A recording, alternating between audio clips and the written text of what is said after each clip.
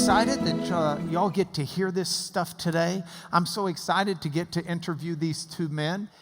Let me tell you what we're going to do today. We're going to have a dialogue. Now, originally when I did this PowerPoint, I was going to have a dialogue with Bill Mounce.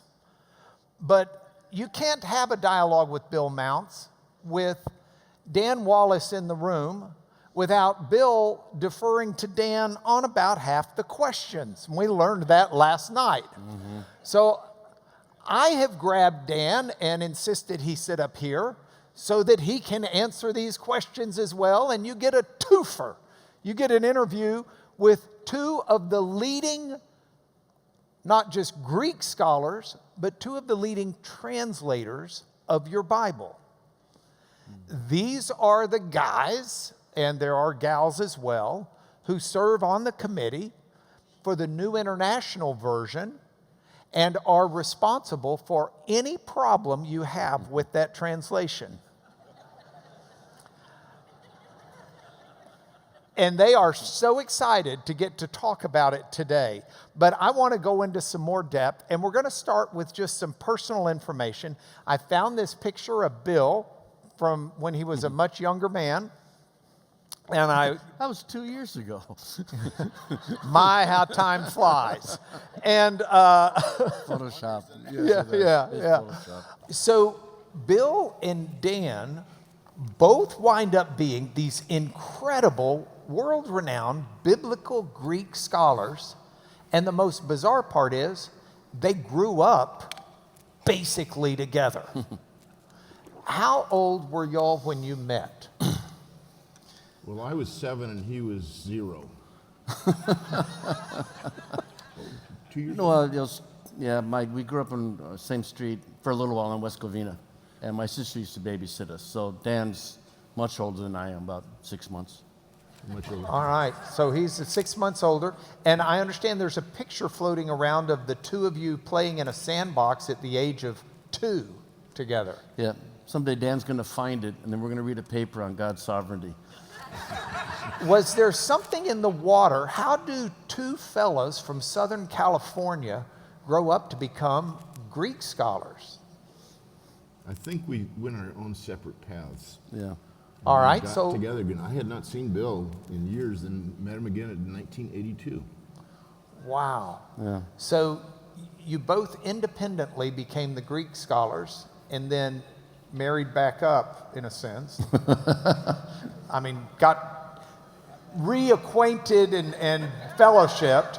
Got to be careful how you say these things these days. Later in life. Is that fair? Yeah, what happened is I was writing my grammar, and I wanted the students to go from my first year to second year smoothly, because my experience had been terrible. Because I went to second year, I had to relearn everything because the teachers couldn't get along. And so I needed a second year grammar that my students could move into slowly, and because I've known Dan for so long, I went, I think Dan's working on a grammar. So that's when we got together, and that all worked. All right. Now, give us a little background. We'll start with you, Bill. Tell us how you came to know the Lord, how you got interested in matters of God. I was born in a very Christian family, academic family. My dad was a professor and ultimately a president of the university. And it was just, for me, it's a very steady, became a Christian when I was 6, and just pretty much some hiccups along the way, like graduate school. But other than that, it's been a pretty smooth journey. And where'd you go to school? I went to college at Western Kentucky University, Hilltoppers, and graduated from Bethel. Then I went to Fuller Seminary. What's it? Hilltoppers. Hilltoppers. That sounds dangerous. Well, yeah, if you're a freshman, you have to walk up the hill to classes in the middle of a Kentucky summer. Intimidate all the schools you play against. Hey, we're Hilltoppers. Yeah, that's right. We're that's Beavers. right. We'll beat you. Come on, I have no Hilltopper. comeback on that one. So Yeah, I'm going to move on. And then I went to Fuller, and then in Southern Cal, and I went to Aberdeen University for a PhD. And Aberdeen University, your PhD was in what? It's in backgrounds, mostly mystery religions, and trying to assert the uniqueness of Christ as Christianity as opposed to, all the other mystery religions. Where did you learn your Greek? Western Kentucky. Really? Yeah. And my dad had been hired to start a religion department in a secular school, which is an interesting feat. And Ron Nash was already there, and so the two of them worked together. And it was, for about 10 years, it was a fabulous place to get an education. Okay.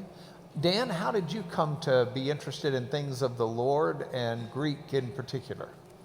Well, I grew up in a Christian family also, but unlike Bill, I do not come from an academic family. I was the first one in my family to get a college degree. And at 4 years old, my brother, who's just 18 months older than I am, led me to the Lord after vacation Bible school. And back then, the vacation Bible school teacher said, you better believe in Jesus unless you want to go to hell. 4 years old, so that was sufficiently scary that I said, Wally, I don't want to go to hell. He said, well, here's what you got to do. And he shared the gospel. He was not a Christian. When he turned about 20, I led him to the Lord. So this should be put in the Guinness Book of World Records, but I don't think they'd want to do something like that. That's pretty good. How did you get interested in Greek? When I was 16, I committed my life to the Lord to go into full-time Christian ministry. And I really had just a radical, it wasn't a conversion, but just a deep dedication to the Lord at that time. And grew up in Newport Beach, California. And I saw this big billboard on top of a real estate office, an independent real estate guy. It said, Jesus saves. I thought, oh, this is a guy I want to meet. So I'd go in and I'd talk to him. And I found out that he had some New Testaments in a modern translation that he was selling dirt cheap. And he said, if you buy a box load of these, you can buy each one for 25 cents. So this is 1969 money, so it'd be $500 today, I think. So I bought a box, and then I'd start driving up and down Coast Highway, pick up hitchhikers, share the gospel, and give them a New Testament. And every few weeks, I'd come back to this real estate office and get another box and keep doing this. Well, every time I came back there, he and I would start talking about the New Testament, and he said, now, I want you to notice that this passage proves that Jesus is not God. He was an Arian that had a Jesus Saves billboard. And I thought, I knew nothing, but he kept showing me passage after passage, and I was confused, and I thought, if I'm going to dedicate my life to Jesus Christ, I want to make sure he's worth it. And I felt, I've got to look at other translations, but just looking at other translations told me, well, there's this one opinion, there's this other opinion, and so I started taking Greek in college also, and I got my first 4 years of Greek in college.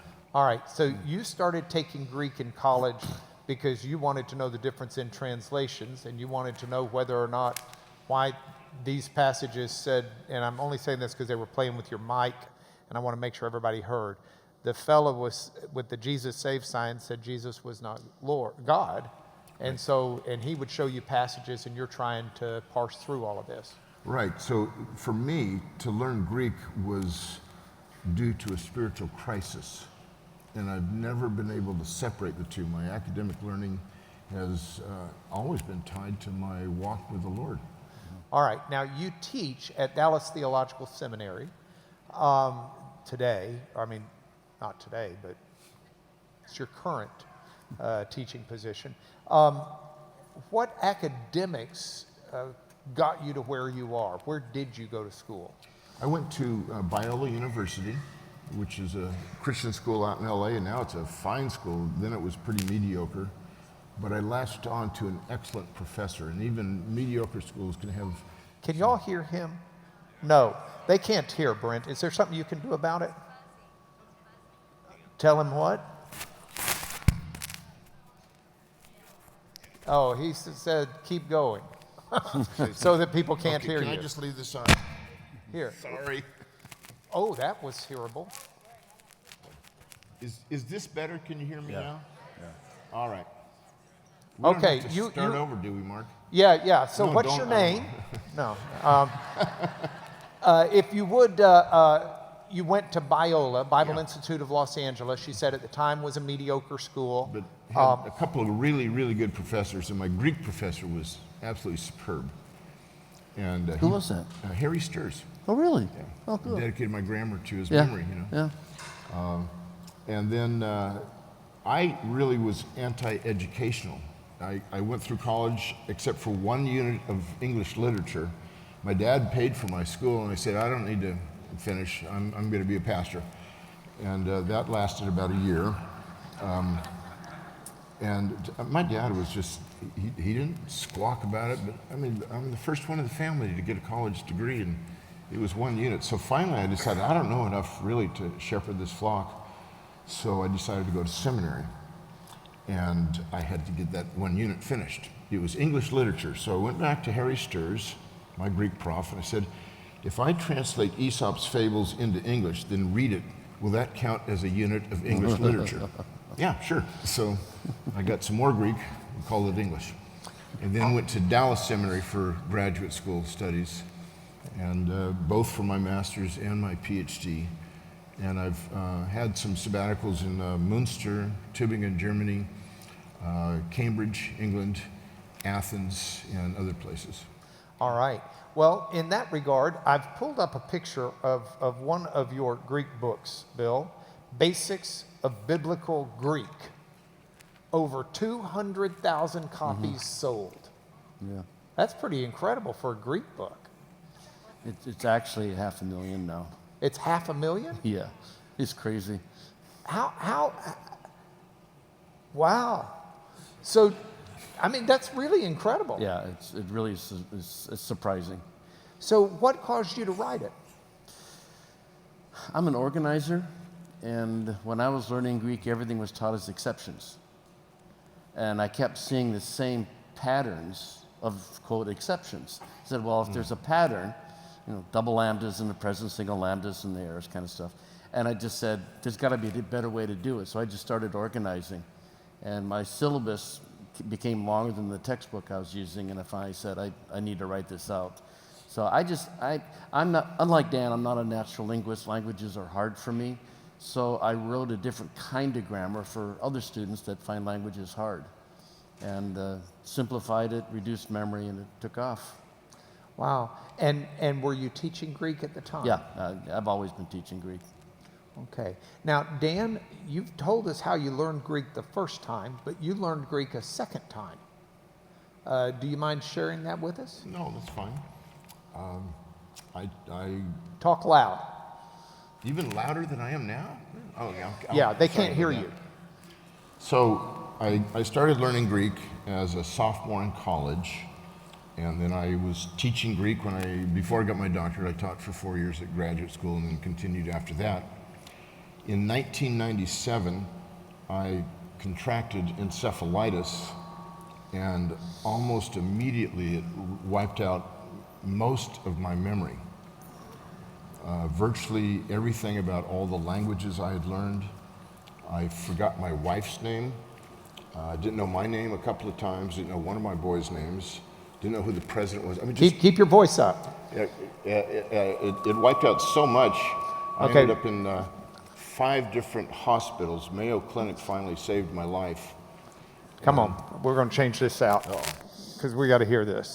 This is glorious. So do You- I turn the other one off? Now you got it. Yeah, the other one They've is, got that figured out. Okay. yeah, they got it. So I was in a wheelchair for a year, and I decided, well, I guess I've just got to relearn this stuff. And so I'm in a wheelchair, and I figured, well, it's time to rebuild my Hebrew. So I went into the first year Hebrew class, and on the first day, the professor put up the alphabet. Now, I'd had years of Hebrew. I was a major in Hebrew, as well as a double major in Greek in seminary. And so he puts up the alphabet, and I recognized all the letters except for Lamed. Why I didn't recognize, this is 25 years after I'd started learning Hebrew. I don't know, but then he put up Genesis 1 with just the consonants. Hebrew has vowel points that looks like Morse code, kind of little dots and dashes under the letters or over the letters. And he put up unpointed Hebrew text with just the consonants of Genesis 1, and I'm just reading along just fine. and there's a nominative there. So there's gaps in my mind that it was strange things. I had just got my grammar published in '96, and that took me 17 years of work to do that. It's the follow-up after Bill's grammar. It's a little bigger than Bill's. It's 875 pages, and because of that, more students know Greek cuss words because their spouses were saying, "Oh, you got to read through Wallace again," and they would come up with things to say about my grammar. So it's been a great doorstop. But I wrote that. I finished it the year before after 17 years of work, and then I forgot most of what was in there. And so I'd read a passage. I'm actually teaching second-year Greek the next fall, and I'd read a passage, and then I said, "What is this guy trying to say?" "Oh, this guy is me." and then other places I said, "Oh, now that's really good. Oh, I shouldn't be saying that. I'm bragging." So, and to this day, there's sections that I kind of draw a blank on. Did I really write that? So it's not all back yet, but Okay. I'm still working on it. We're going to shift gears because in a minute we're going to get to some texts, but I want to lay out one more thing first. I want to talk about your work in Bible translations. Bill, we'll start with you. You started out, the first English translation you had a good role in was the English Standard Version. Is that right? The ESV? And tell us how that came about and what your role was. My role was I was chair of the New Testament, and I was running the Greek program at Gordon Conwell Seminary, and Wayne Grudem called and said, "Do you want to be part of a new translation?" And I'd never really done a lot of that kind of translation before, so not knowing what was involved, I said yes. And so we did that for 10 years, and then the ESV was not intended to be updated. It has been updated once, but there was no ongoing committee. So it was about 3 years after that, and I was just talking to my wife, Rob, and I said, "I really miss translation, but there's no place for me to go." The next day, this is God's providence, the next day I got a letter from Doug Moo asking me to come on the NIV committee as a, quote, friendly critic. They thought I would want to turn the NIV into the ESV, which I definitely did not want to do. And so I've been on since 2010. You've been on for 2 years now? 3 years now. So that's kind of what happened. It was a great answer to prayer. Okay, and in that regard, I thought we would talk about some passages of Scripture, talk about some Greek, talk about the translations and why they're different, and I'm hitting these guys cold. They do not know the passages that I have pulled up. I'm getting my Bible with that introduction. But these are ones that, I didn't pull out the hard Lubbock stuff. I've got just basic stuff that they're not going to have any trouble with. So let's start with the Greek. I have tried to describe, for better or for worse, in this class, when we've talked about various things of Greek, that Greek words kind of wear a sign around their neck. And that sign is one that can be in front of them or behind them, or sometimes both. And it will be a sign that says, here's the kind of speech I am. Here's where I fit into a sentence. It's just sort of my convenience. So because of that, I've put up here, some words will have an ending that lets you know they are the subject of the sentence, right? Now, we've got people of all ages who watch this. We've got people of all languages who watch this. We've got people watching from the Philippines, from Germany, all tuned in right now. So I want to always start with the basic, and then we'll build up. So basic, what is a subject in a sentence? The subject is who or what is doing the action of the verb. So if I say, I am sitting here, the subject is? I. All right. You are teaching the class. The subject is you. Yeah. All right. Now, in Greek, the subject of a sentence typically is going to be in what we would call the nominative case. Fair? I mean, sometimes it's embedded in verbs. There's lots of other things, but generally you will have what's called the nominative case. That's fair? All right. Here's your statement out of your grammar. Uh-oh. You said, word order is employed especially for the sake of emphasis. Right. And we're going to pause for a moment. The class is aware from being in here and putting up with me that I'll talk a lot about emphasis in Greek, because in English we get emoticons, we get exclamation marks, we get bold, we get underlined, we get circled, we get highlighted. Lots of ways to do emphasis in English. Greek had lots of ways. One of the principal ones was word order, right? In other words, give us, well, you say it here. Generally speaking, when a word is thrown to the front of the clause, it's done so for emphasis. Right? Yeah. Okay, next sentence you're going to need to help on. When a predicate nominative is thrown in front of the verb by virtue of word order, it takes on emphasis. Can you explain what a predicate nominative is, please? I'm wondering if I had encephalitis. I have no recollection of writing that second sentence. I agree, you should not have written that. I should not have written it. I'm sitting here, why did I say that? Verbs are generally words of action. It takes the subject, and then there's an action that directs it to the direct object. So, Bill likes Dan. Okay, so Right. Bill's doing the liking. Hold on, we're going to do this Oh, for those people things to are see. so cool. Bill likes Dan. I do not like that sentence. Okay. Let's see. Bill hit the ball. You want me to do that Okay. one? Or Bill hit Dan, that would be fun too. Bill hit Dan. Oh, I like that. I like that. Bill hit Dan. That's Hit yeah. Dan. That's to make up for what he did to me when I was 2. Dan called Mark. And Mark sued Bill. Mark sued Bill. Now this All is- right. You're going to sue the manufacturer of whatever I used to hit Dan with. Yeah, that's Okay, true. sorry. This Okay. class is getting interesting now. I like that. Now we're Okay. cooking with peanut oil. So, so verbs are words of action that take the action from the subject to the direct object. So Bill hit Dan. So these are the verbs. Yeah, those are the verbs.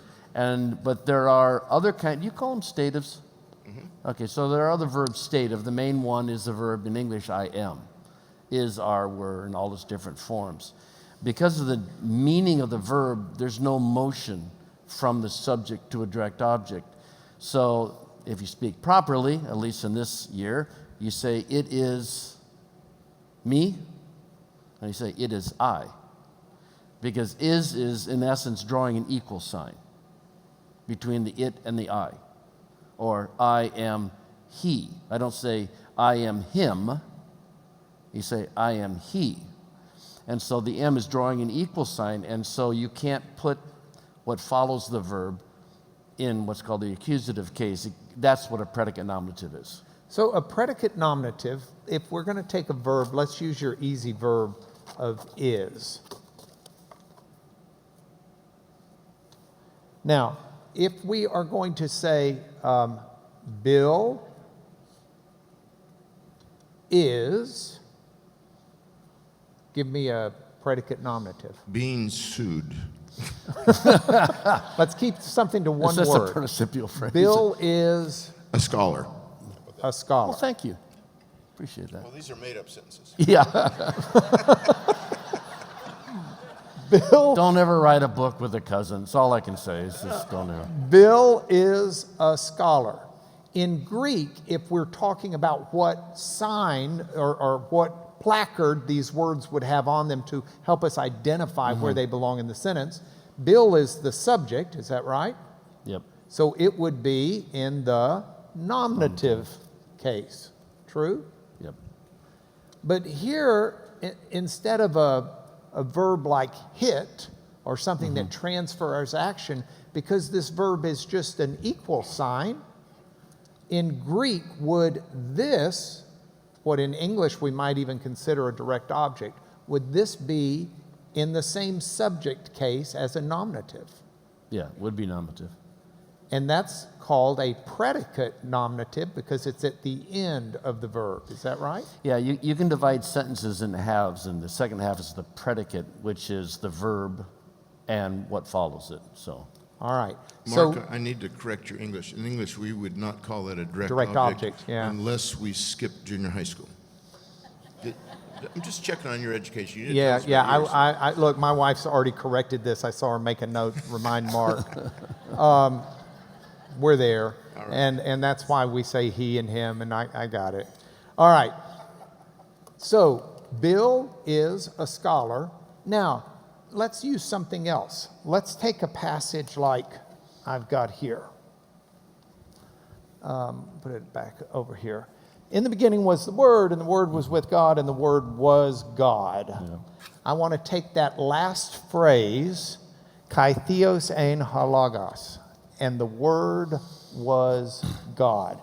And y'all, I'm going to stand up. Y'all don't have to stand up, but I'm going to point to some things.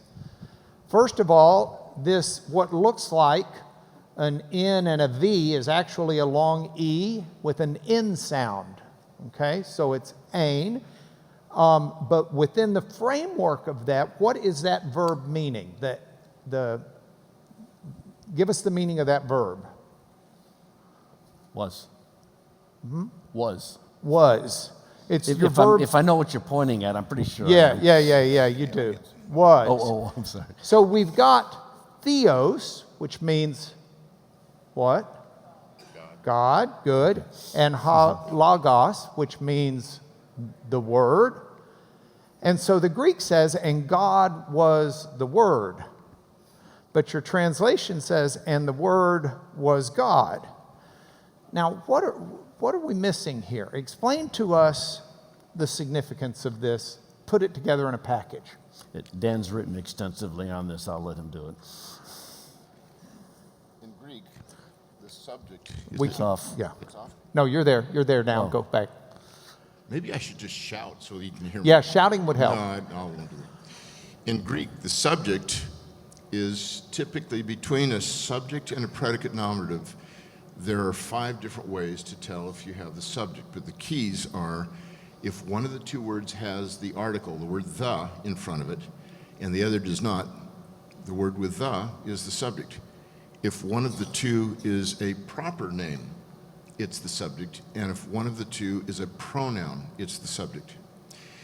Word order, although there are certain restrictions in word order, Greek has much greater flexibility than English to put these things in whatever order they want. And so, ha logos, the word, is the subject, but theos is thrown in front of the verb and in front of the subject to put emphasis on it. Now, it's typically translated, the Word was God, which is a bit of an over-translation. Because early in the verse, in the beginning was the Word, and the Word was with God. Maybe you can point that up to them, that the word theon has ton in front of it. The Word was with God. What this is really saying, if we convert this into the persons of the Trinity, is in the beginning was the second person of the Trinity. And the second person of the Trinity was with the first person of the Trinity. And the Word was now not the same person, but theos does not have an article in front of it, and it's thrown forward in the sentence to put an emphasis on it in terms of quality or essence. The New English Bible has, I think, what's probably the best translation of this. What God was, the Word was, is how they do it. This is saying that the Word has the same essence as the Father, but is not identical in person. It's the shortest, the briefest possible way that John could say there are at least 2 members to the Godhead, and they are distinct persons. 4 words, and he does it. Okay. Bill, do you want to add to that? Well, the other thing is that the article, correct me if I'm wrong, but this is the verse the Jehovah's Witness uses, says that there's no the God, so it's a God. The word was a God. And the reason the article is missing in front of theos is that it's to help differentiate subject from predicate. So it's Greek nouns are definite in and of themselves, unlike English. So this doesn't say a God, but the article, the before theos, that you normally would expect, has been dropped, not because Jesus is a God, but because he's differentiating subject from predicate. I get that right? Kind of? I got confused on what you were saying. All right, so I'm going to break it apart for a moment, because if Dan got confused, Then then it's a good chance to talk about it some. Or maybe this is just one of his lapses. You know, It could one be. One of the empty Could be. spots. I'll always claim that, yeah. Yeah. All right, so in English, we have an article that can be a definite article, and we have another one that's an indefinite article. So before words, we can use the, and that's a definite article. We can use a or an, and that's an indefinite article. It's the difference between I go to a university, could be anyone, or I go to the university when you're talking about a specific one like Texas Tech.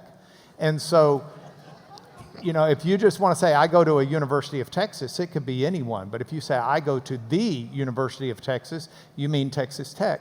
And Are these fighting words Yeah. in Texas? Okay. yeah, if Sam Harless is in here. And so the is a definite because it's pointing to something definite. Now in Greek, they do not have the indefinite article, a or an. All they have is a definite article. And the definite article sometimes is specifying something specific. Sometimes it's just used with characteristics and traits like honor and things like that, if I recall correctly. It's been a long time for me. But sometimes it's drawing a specific distinction. And sometimes the absence of the article may mean something notable. With that as a background, what you're saying here is, if you look at the whole sentence, and I'll stand up here so y'all can see it. This is what Dan was talking about. It starts out in beginning. In the beginning was, it's that same word that's down here, was, and it's got this O with a rough breathing on it, a ho sound or a ha. In Lubbock, we made them all long O's. Ha, logos, was the word. Y'all tracking? And then it says, and it's got that same the definite article. The word was, again, same word was, with the God. Now, this is the in a different form. It's the same definite article, but it's in a different form because now God is a direct object. And here God doesn't have the article. And God. Does it mean a God? Why does it not have an article? And God was the, we come back to, Word. Now, with that, Bill or Dan, give your explanation again. Dan's going to correct me on something, and then I'll explain. Okay. The state of verbs, to be, I am, those kinds of verbs where you have a subject, predicate, nominative, they can be the same as an equal sign. That is, A equals B, B equals A. Yeah. But just as frequently, in fact, more frequently, what it means is that A is a part of B. Yeah. So I could say Bill is a man. He's not the only man out there, but he belongs to the category called man. To say the Word was God without the article for theos means the Word belongs to that very, very small group called God. There's three persons, one being. And this particular construction, where you have the predicate nominative before the verb, occurs in places like 1 John 4:8. God is love. That does not mean love is God. Yeah. It means one of the characteristics that God has is love. And you've got, I think one of the most fascinating ones is Mark 15:39, where the centurion at the death of Jesus says, truly this man was it a son of God, the Son of God, or God's Son? And I think God's Son is the best translation. He's speaking about the quality of what he is. Jehovah's Witnesses get this wrong because they take something that somebody after about 3 or 4 weeks of Greek would get right. And so they think because theos does not have the article, it can't be definite. But then you can show them place after place after place where theos does not have the article and is definite.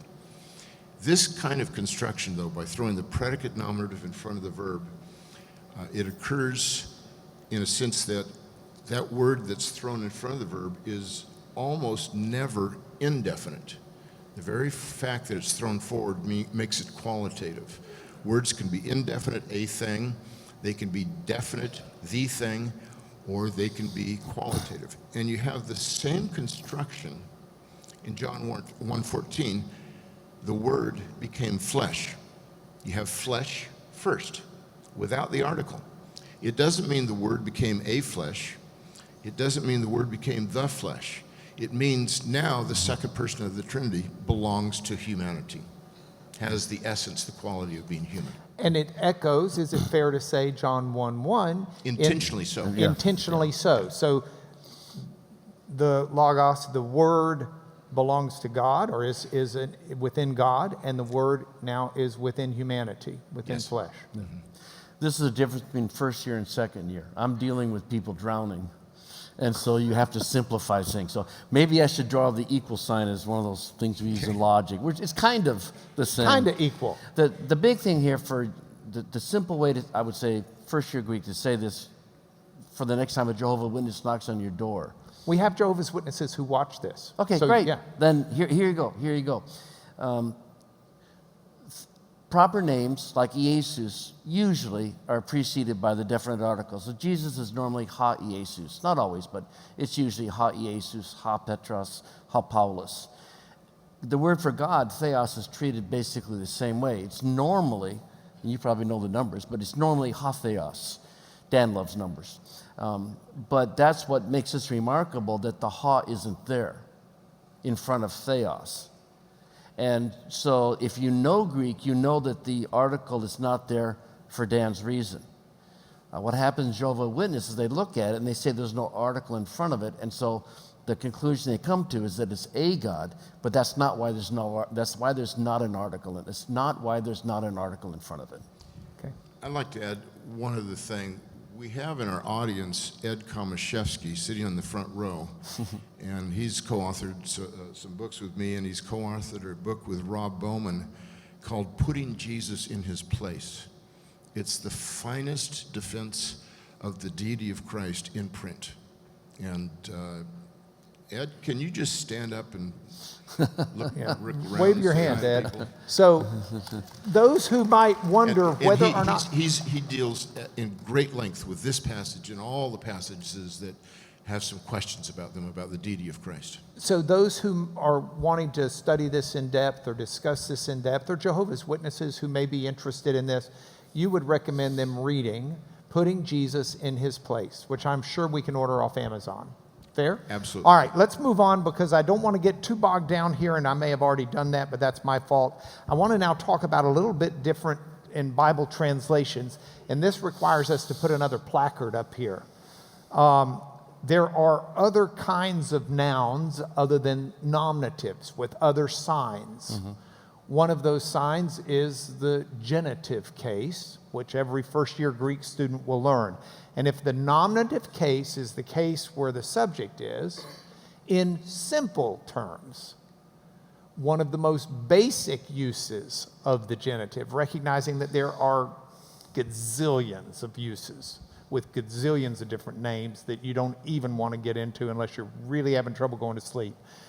The key word, or a key word, when you're first seeing the genitive, if you're not lucid on all of the things, is of or from. Fair? All right. So here's the passage.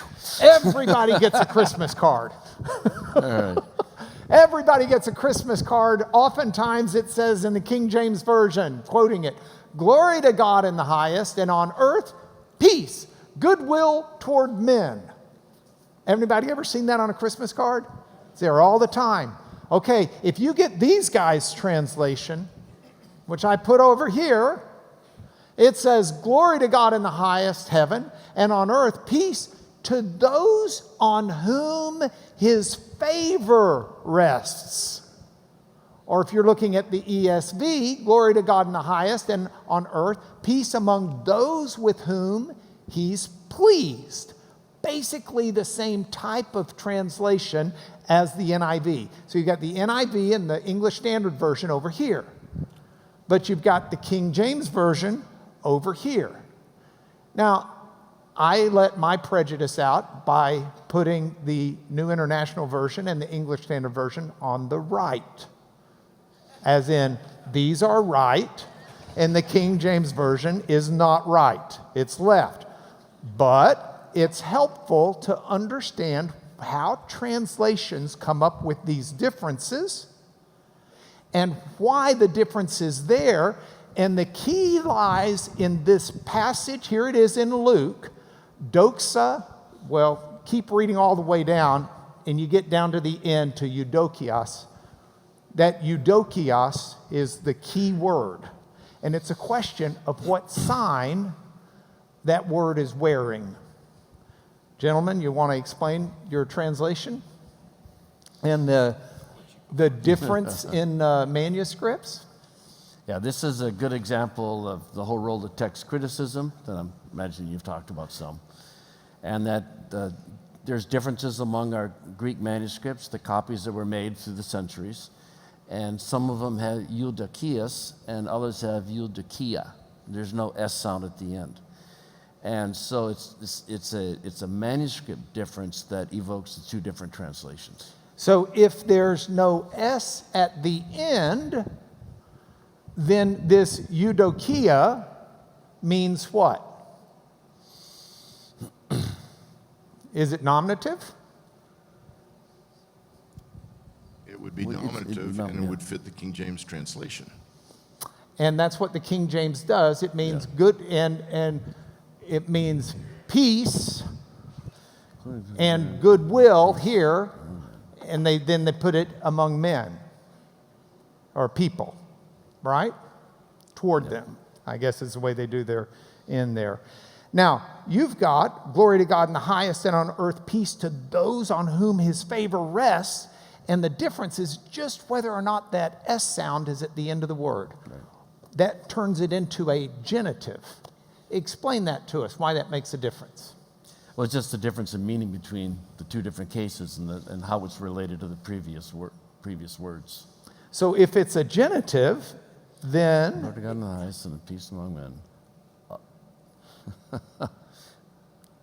Well, I'm going to go with the NIV. It's just how the genitive functions in that sentence. That's what it means. Yeah. The idea in general is it's peace among or toward people of goodwill, but of his goodwill. Eudokia is a word that often implies in the New Testament God's favor, even though God might not be in the statement. Okay. All right, we've got time maybe for one more, and then I want to ask you guys some final questions before we go. Here's your last one. Adjectives have a theological importance that is hard to rival. They can modify a noun, and in that event, the adjective is called attributive. Mm-hmm. For example, handsome Bill. The NIV is a good translation. Good, in that sense, would be an attributive adjective. It modifies the noun, translation. It can assert something about a noun. It's a predicate. The NIV is good. Okay. And in that event, good is just in the predicate position describing the noun. Right. Or it can stand in the place of a noun. How about blessed are the poor in spirit? Yeah. Where you've got the poor, which is an adjective, functioning like it's a noun. All right.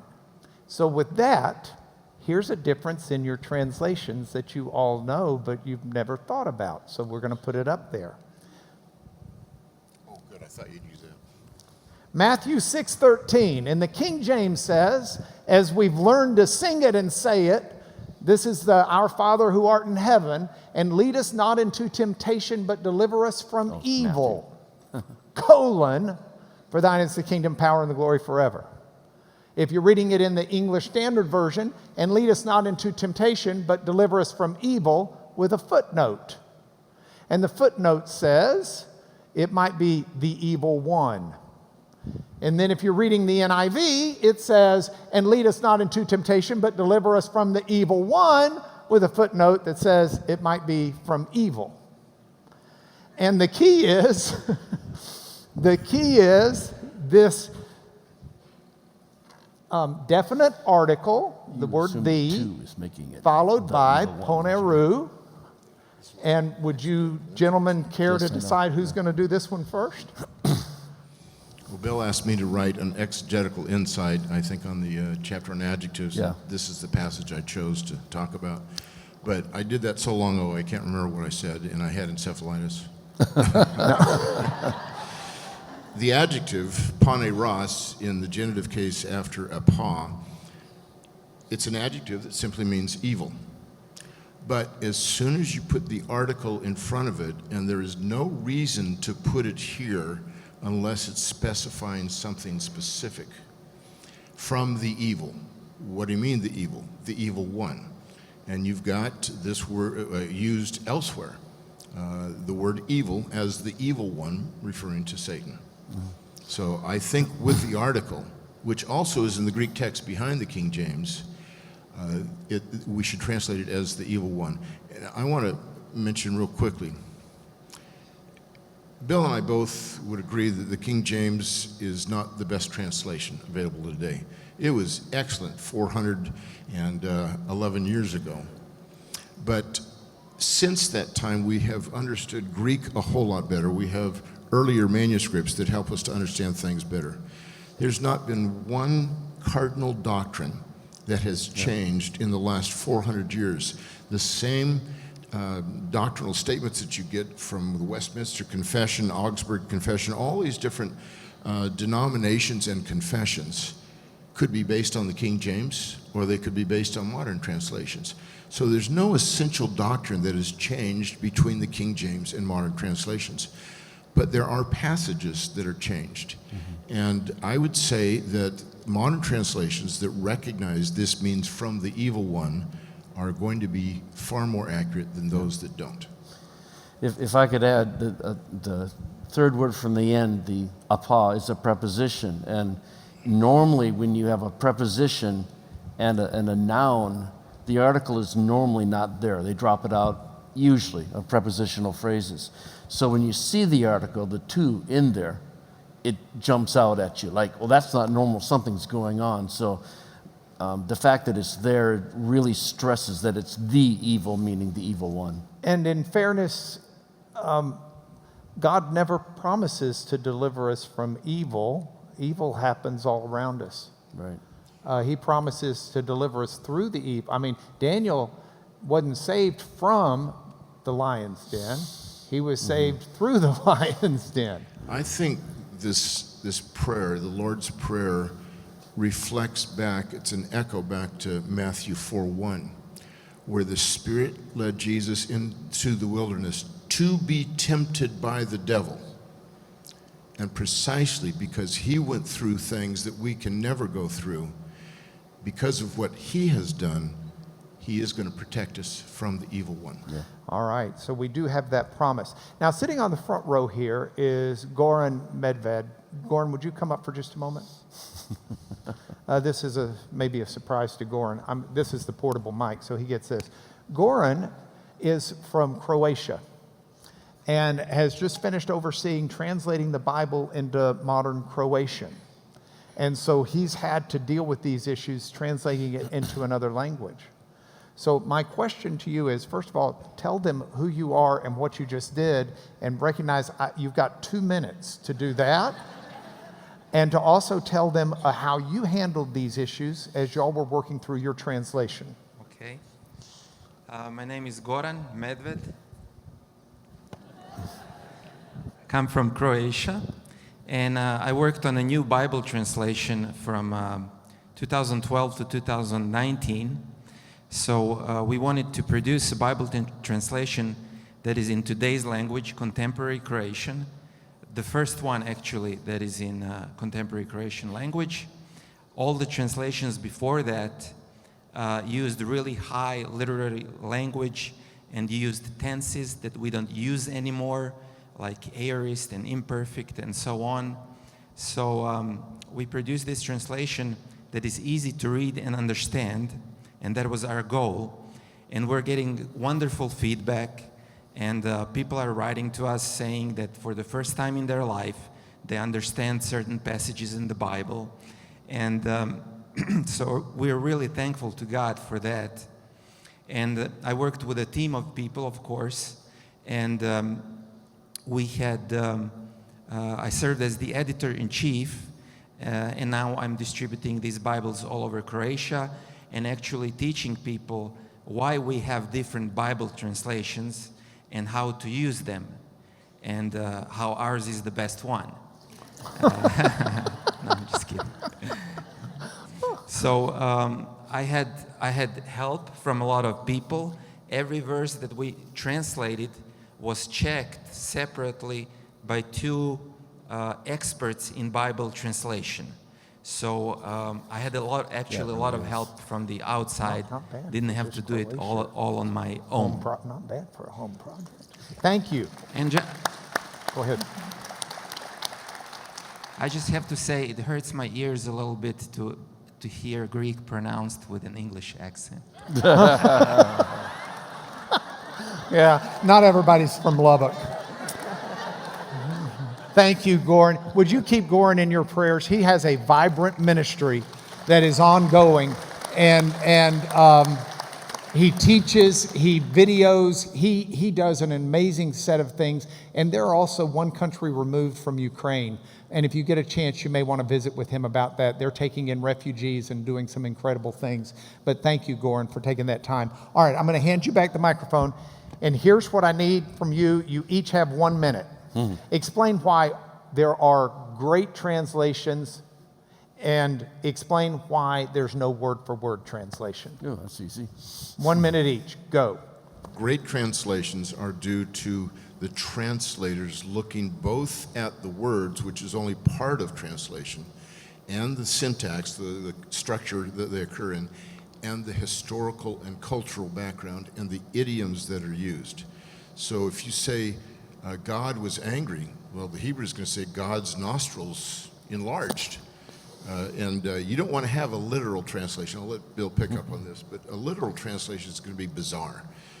If you want a word-for-word translation, it will not be English. To say Mary was pregnant, or the King James has heavy with child, the Greek says she was having it in the belly. And all of you women who've ever borne children know what that means. But we're not going to translate it that way.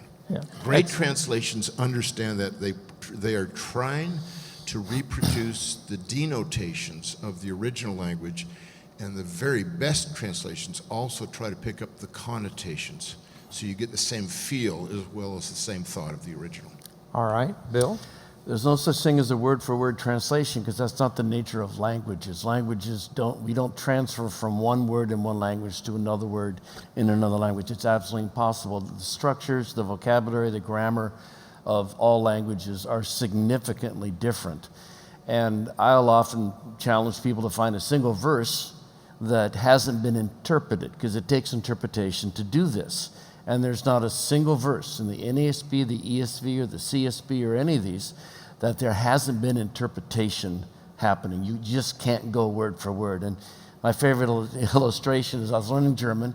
I went to Schwäbisch Hall, and a lot of the Americans there knew a lot more German than I did. And it was cold one day, and I wanted to say something in German. So I said, well, I say I am cold. So I is ich, am is bin, and cold is kalt. So I said, ich bin kalt. My friends hit the floor, rolling, hysterical laughter. And it took them about a minute to stop laughing at me. And I said, well, those are the words, ich bin kalt, I am cold. And they said, do you have an idea what you just said? I went, no, apparently not. He said, you just said you're sexually frigid. And on that note, I think we have run the full course on this class. I had to put him off his game just a little. Yeah. If you want to say I'm cold in German, it's something like, it is to me cold. Es ist zu mir kalt, or some abbreviated form of that. But languages simply don't go word for word. That's not translation. All right. Would you join me in thanking these gentlemen? Yeah, I like it.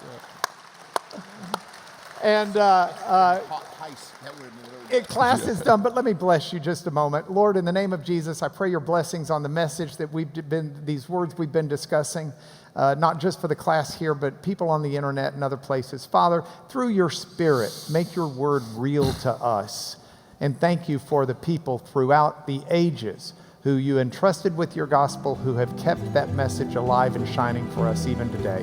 We pray your blessings on them all. In Jesus' name, amen.